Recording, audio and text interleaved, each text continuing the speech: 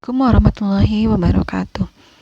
Teman-teman semuanya, semoga hari ini kita semua sehat selalu dan diberikan kemudahan dalam menjalankan aktivitas kita, dan semoga di bulan Ramadan ini kita semakin dipermudah untuk mengikuti pembelajaran setiap harinya. Nah, hari ini kita kembali memasuki pembelajaran tematik tema 9, subtema 2. Namun sekarang kita belajar dulu pembelajaran 1, 2, dan 3. Nah, materi yang pertama mengenai iklan elektronik. Nah, tentu kalian sudah tahu ya bahwa iklan elektronik itu adalah iklan yang penyebarannya menggunakan media elektronik. Nah, apa saja bentuk iklan elektronik itu? Ada 3 jenis ya yang bisa kita golongkan untuk iklan elektronik ini. Yang pertama, iklan radio. Nah, di mana iklan radio itu yang disiarkan melalui radio dan hanya dapat didengar melalui suara. Jadi tidak ada gambar yang bisa kita lihat, hanya melalui audio atau suara. Yang kedua, iklan televisi. Iklan ini disiarkan di televisi. Nah, untuk jenisnya kita dapat melihat suara, gambar, dan gerak sekalipun. Nah, untuk gerak itu maksudnya video ya, bisa berupa gambar diam ataupun gambar gerak seperti video. Nah, yang ketiga selanjutnya iklan internet. Iklan internet ini memerlukan jaringan internet. Nah, untuk medianya sendiri bisa melalui handphone, bisa melalui komputer atau laptop juga ya. Nah, untuk bentuknya itu bisa berupa suara saja seperti tadi radio, ataupun berupa gambar saja, ataupun berupa gambar yang bergerak seperti video, ataupun kombinasi dari keseluruhannya. Jadi untuk iklan internet ini lebih bervariasi ya. Nah, adapun unsur iklan elektronik, diantaranya yang pertama itu harus ada perhatian. Nah, iklan yang baik itu harus dapat menarik perhatian masyarakat, jadi orang yang menonton itu akan tertarik. Nah, yang selanjutnya yang kedua yaitu minat. Jadi ketika setelah nonton iklan tersebut, orang jadi berniat untuk membeli atau berniat untuk mengikuti apa yang diiklankan. Nah, yang selanjutnya yaitu yang ketiga, keinginan. Nah, di iklan itu diharapkan dapat menggerakkan keinginan konsumen. Jadi, konsumen tuh benar-benar menginginkan apa yang diiklankan.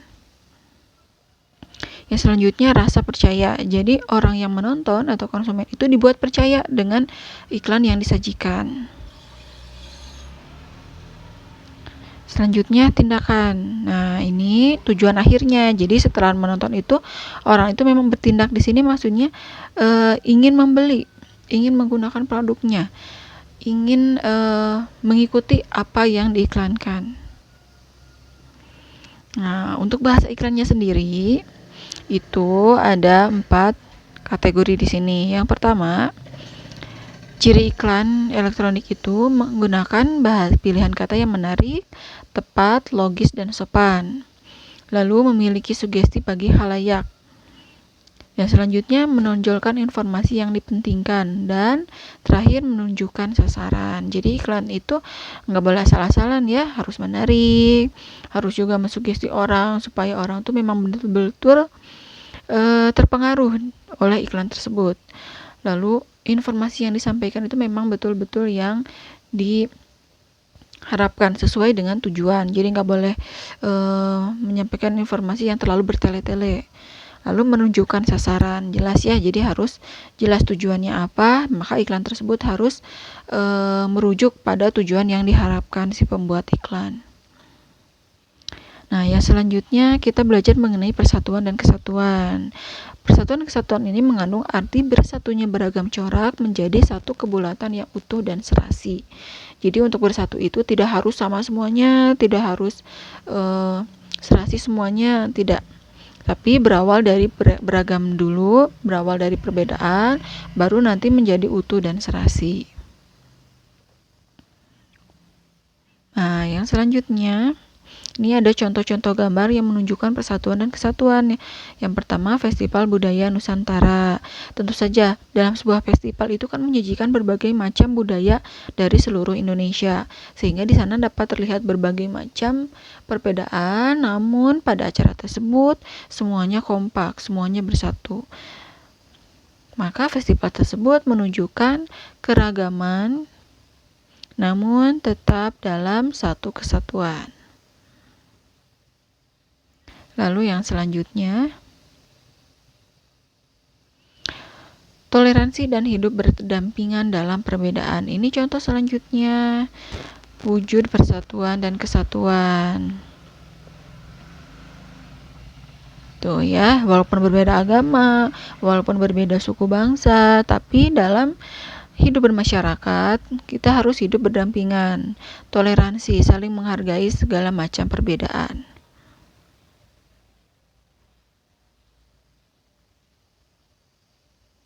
Oke, yang selanjutnya yang ketiga yaitu semangat kekeluargaan dan tolong-menolong. Nah, ini contohnya. Tuh ya, ini contoh salah satu ya. Ini salah satu contoh wujud persatuan dan kesatuan dalam hal kekeluargaan dan tolong-menolong. Jadi di sini menunjukkan bahwa masyarakat itu memiliki semangat kekeluargaan yang tinggi, diwujudkan dengan saling tolong-menolong, walaupun mereka berbeda-beda tentunya ya. Dan di sini mereka bahu-membahu untuk kepentingan bersama. Nah, yang selanjutnya kita belajar mengenai zat. Nah, kita amati dulu gambar terlebih dahulu. Di sini ada air mineral ya. Nah, air mineral ini termasuk ke dalam zat tunggal yang berupa senyawa. Kenapa zat tunggal? Karena ini adalah di sini air mineral itu hanya satu zat, tidak terdiri dari zat lainnya, belum bercampur dengan zat lainnya. Dia juga tidak dapat diuraikan lagi karena di sini hanya ada satu, yaitu zat air mineral. Lalu yang selanjutnya di sini ada minuman ringan manis. Nah, minuman ringan ini merupakan zat campuran homogen. Nah, kalau tadi air mineral itu kan hanya satu unsur dan rasanya pun tawar, sehingga tidak ada kandungan apapun. Nah, untuk minuman ringan manis ini tentunya dia selain mengandung air juga mengandung perasa. Di sini rasanya manis. Nah, perasanya berarti bisa dari gula. Nah, campuran gula dan air ini tidak terlihat lagi gulanya, yang terlihat tetap hanya air. Tapi di sini rasanya manis, berarti kan ada kandungan gulanya. Nah, di sini disebut campuran homogen. Kenapa? Karena gulanya itu betul-betul larut dalam air, sehingga yang terlihat itu hanya airnya saja. Jadi dia terlarut atau tercampur dengan sempurna. Nah, yang selanjutnya ada secangkir kopi tumbuk. Nah, untuk kopi ini, dia ini merupakan zat campuran heterogen. Mengapa heterogen? Karena di sini ada campuran antara kopi dan air, bisa jadi gula juga ya. Nah, untuk kopi dan airnya di sini kalian kalau misalkan minum kopi kan suka melihat di dasar gelasnya itu suka ada bubuk dari kopi yang tidak terlarut ya. Nah, bubuk kopinya itu kan tetap bisa kita lihat, beda dengan tadi air manis ya, gulanya itu sudah tidak terlihat. Untuk air kopi ini, kopinya itu masih terlihat mengendap di dasar gelas, di dasar cangkirnya. Maka di sini termasuk ke dalam campuran heterogen karena masih terlihat bahwa di situ ada unsur air dan kopinya, jadi tidak terlarut sempurna. Nah, disitulah yang dimaksud dengan heterogen. Nah, lalu apa sebenarnya materi, zat tunggal dan zat campuran itu? Mari kita baca. Pertama, materi adalah setiap objek atau segala sesuatu yang menempati ruang dan mempunyai massa. Materi dapat dikelompokkan menjadi benda padat, cair, dan gas. Tuh ya. Berdasarkan komponen penyusunnya, materi dibedakan atas zat tunggal dan zat campuran. Tadi ya, yang tadi untuk zat tunggalnya itu seperti air mineral, untuk zat campurannya itu seperti tadi air manis, juga air kopi. Lalu kemudian, lebih jauh lagi sekarang kita belajar tentang zat tunggalnya itu. Zat tunggal atau disebut zat murni adalah zat yang komponen penyusunnya hanya satu zat atau materi. Zat tunggal dapat berupa unsur dan senyawa. Di sini juga disebutnya zat tunggal. Tunggal berarti satu ya, tidak bercampur dengan zat lainnya. Nah, untuk zat tunggal ini ada yang berupa unsur dan ada yang berupa senyawa. Adapun yang dimaksud unsur di sini adalah zat kimia yang tak dapat dibagi lagi menjadi zat yang lebih sederhana. Nah, ada dua jenis unsur ya, ada unsur logam dan non-logam. Untuk unsur logam yaitu perak, besi, emas, dan platina, sementara non-logam itu ada hidrogen, oksigen, nitrogen, dan karbon. Masih banyak lagi contoh yang lainnya ya. Nah, untuk senyawa adalah zat tunggal yang terbentuk dari beberapa unsur. Contohnya di sini garam, air, dan gula. Nah, yang ketiga yaitu zat campuran. Zat campuran adalah zat yang komponen penyusunnya terdiri atas dua atau lebih zat atau materi. Berdasarkan sifatnya, zat campuran terdiri atas yang pertama zat campuran homogen, yaitu campuran yang terdiri dari dua materi atau zat yang dapat menyatu secara merata. Tadi ya, jadi campurannya itu sudah tidak terlihat terpisah-pisah, tapi sudah terlarut sempurna. Contohnya tadi campuran gula, pewarna, dan air, lalu larutan oralit, lalu ada udara atau campuran dari berbagai macam gas. Nah, selanjutnya yaitu zat campuran heterogen, di mana zat campuran heterogen itu terdiri atas dua zat atau materi berbeda yang tidak dapat menyatu secara sempurna. Jadi masih terlihat terpisah-pisah antara zat yang bercampurnya itu. Contohnya air kopi tumbuk tadi ya, lalu air dengan tanah. Jadi masih terlihat air dan tanahnya itu masih bisa dipisahkan. Lalu air dengan minyak. Jadi tidak bercampur sempurna, masih terlihat airnya juga masih terlihat minyaknya. Yang selanjutnya menentukan jenis zat atau campuran. Nah, kita lihat di sini gambar pertama, ini merupakan zat tunggal karena air dalam gelas pada gambar hanya terdiri dari satu zat yaitu air mineral. Walaupun di sini ada es, tapi esnya ini terbuat dari air mineral. Jadi di sini tetap zat tunggal. Nah, yang selanjutnya gambar yang kedua yaitu di sini adalah campuran heterogen. Mengapa? Karena di sini terdiri dari air, teh, dan perasan jeruk nipis. Nah, coba kalian amati. Memang untuk air ini sudah berubah warna menjadi coklat ya dari tehnya itu. Juga jeruk nipisnya juga, air jeruk nipisnya juga sudah terlarut. Namun di sini kenapa masih disebut campuran heterogen? Karena kalian lihat di dalam air gelasnya itu masih ada zat-zat yang lainnya. Di situ ada biji-biji dari jeruk nipisnya, lalu di situ ada kantung dari tehnya.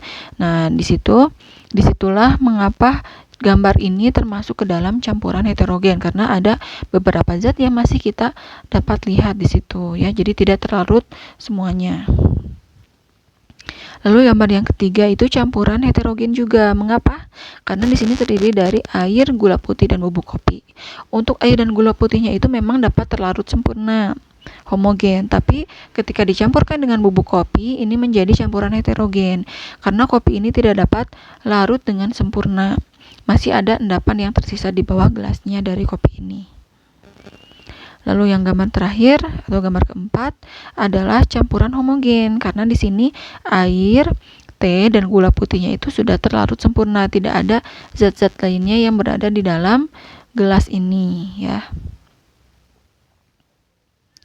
Nah, yang selanjutnya kita belajar mengenai berbagai usaha dalam kegiatan ekonomi masyarakat Indonesia. Nah, yang pertama yaitu pertanian. Nah, zaman dulu Indonesia itu sangat dikenal sebagai negara agraris karena sebagian besar mata pencaharian masyarakat Indonesia itu merupakan sebagai petani. Dan sebagian besar wilayah Indonesia juga banyak digunakan untuk lahan pertanian. Walaupun semakin kesini sekarang lahannya semakin berkurang dan semakin banyak juga masyarakat Indonesia yang meninggalkan profesi sebagai petani. Nah, Nah, untuk hasil pertanian Indonesia itu yang diantaranya ada padi, jagung, ubi, palawija, dan masih banyak lagi yang lainnya.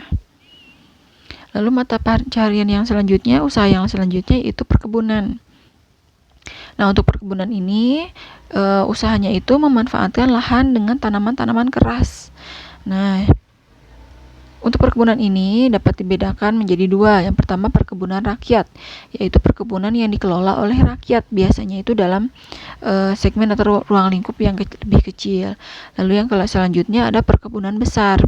Nah, ini biasanya dikelola oleh pemerintah maupun perusahaan. Jadi ada juga perusahaan yang mengelola perkebunan. Nah, tujuannya itu dari perkebunan besar ini untuk kebutuhan ekspor sehingga devisa negara itu meningkat. Kalau tadi untuk perkebunan rakyat itu biasanya untuk konsumsi di dalam negeri saja.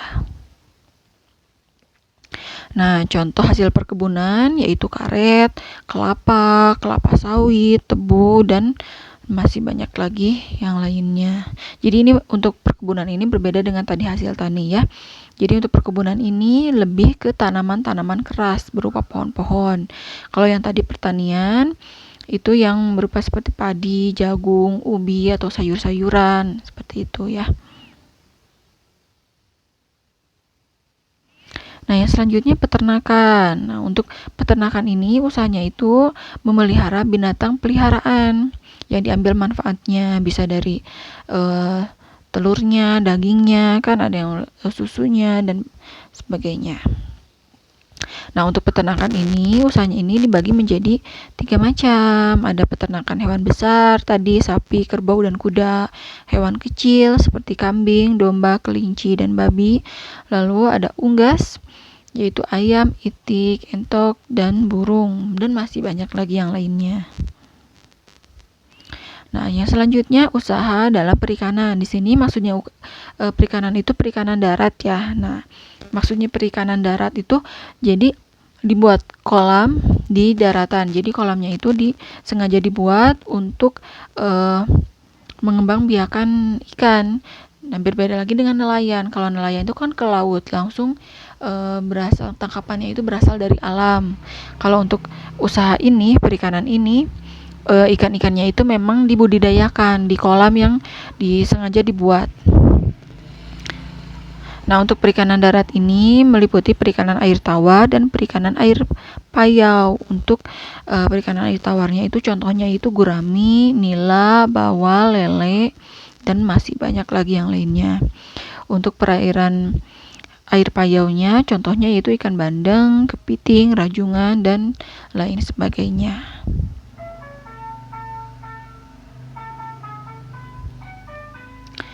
Nah, yang selanjutnya yaitu usaha kehutanan. Nah, untuk kehutanan ini memang kita mengambil manfaat dari alam, dari hutan, berupa kayu-kayu, pepohonan, ataupun sebagainya. Nah, namun dalam usaha kehutanan ini tidak sekedar mengambil manfaatnya saja ya, tapi orang-orang yang memiliki usaha kehutanan ini dia juga harus mengupayakan supaya adanya reboisasi atau peremajaan hutan. Jadi hutan-hutan itu tidak rusak, hutan itu tidak gundul, tapi diadakan perawatan secara berkala sehingga tidak merusaknya. Nah, contoh hasil usaha kehutanan tadi ya contohnya yaitu kayu. Ada juga rotan, damar, kemenyan, dan masih banyak yang lainnya. Nah, yang selanjutnya usaha dalam pertambangan. Nah, pertambangan ini usaha untuk mengolah atau memanfaatkan mineral demi kesejahteraan manusia. Untuk pertambangan ini berasal dari perut bumi ya, yang memang untuk memperolehnya itu harus digali. Nah, contohnya yaitu emas, minyak bumi, dan batu bara. Ini berasal dari perut bumi ya. Jadi untuk penambangan itu memang harus dilakukan penggalian dan itu tidak mudah, tidak hanya dengan butuh secara fisik tenaga manusia saja, tapi juga membutuhkan berbagai macam alat berat dan transportasi atau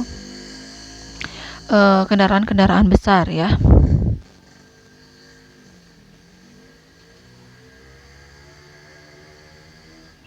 Nah, yang selanjutnya perindustrian. Nah, untuk industri itu adalah usaha atau kegiatan untuk mengubah bahan mentah menjadi bahan setengah jadi atau barang jadi. Nah, untuk bahan mentahnya itu biasanya berasal dari alam. Sebagai contoh, misalnya perusahaan industri pembuatan keramik. Nah, bahan mentahnya itu kan berasal dari tanah liat, dan tanah liat itu hanya didapatkan dari alam. Lalu dibuatlah, diproses di pabrik tersebut, jadilah keramik-keramik yang dapat kita gunakan sekarang, baik itu berupa piring, cangkir, dan sebagainya. Nah, itu yang disebut dengan industri. Jadi industri itu mengolah bahan mentah menjadi barang setengah jadi atau barang jadi. Contoh hasilnya, benang menjadi pakaian, pengolahan ikan menjadi ikan kaleng, lalu karet menjadi ban. Nah, selanjutnya, usaha yang selanjutnya itu perdagangan. Nah, perdagangan ini bertujuan untuk menyalurkan barang dari produsen kepada konsumen. Jadi, para pedagang ini menyalurkan barang-barang yang sudah dibuat oleh produsen, oleh pembuatnya, dipasarkan kepada konsumen itu melalui pedagang. Nah, untuk proses pengirimannya itu melalui proses distribusi. Ini untuk mengingatkan kembali ya, karena materinya sudah kita pelajari secara rinci sebelumnya. Nah, untuk barang yang diperjualbelikan, tadi tidak hanya barang yang dibuat saja, tapi juga ada barang yang memang dihasilkan dari proses pertanian, peternakan, perikanan, hutan, dan barang-barang hasil industri. Nah, untuk perdagangan ini ada dua macam. Ada perdagangan ekspor maupun impor. Ini maksudnya untuk perdagangan mancanegara ya, antar negara. Untuk ekspor itu adalah usaha untuk mengirim barang dari dalam negeri ke luar negeri. Untuk impor itu proses pengiriman barang atau penjualan barang dari luar negeri ke dalam negeri. Nah, usaha yang selanjutnya yaitu usaha jasa. Nah, usaha jasa ini bukan menyediakan produk. Jadi tidak ada produk ataupun barang. Tapi dia itu mendapatkan keuntungan atau labanya itu melalui jasa, melalui aktivitas, melalui kegiatan yang dia jual ke orang. Contohnya beca, ojek, angkutan umum, dan berbagai hal dalam bidang pariwisata. Nah, di sini usaha beca, bukan becanya yang dijual ya, melainkan usahanya, aktivitasnya, yaitu aktivitas dari pengayuh becanya itu untuk mengantarkan penumpangnya menggunakan beca tersebut ya. Itu saja teman-teman materi yang dapat Ibu sampaikan pada pembelajaran hari ini untuk pembelajaran 1, 2, 3. Nah, untuk pembelajaran 4, 5, dan 6 silahkan kalian klik link video selanjutnya ya. Terima kasih atas perhatian kalian. Wassalamualaikum warahmatullahi wabarakatuh.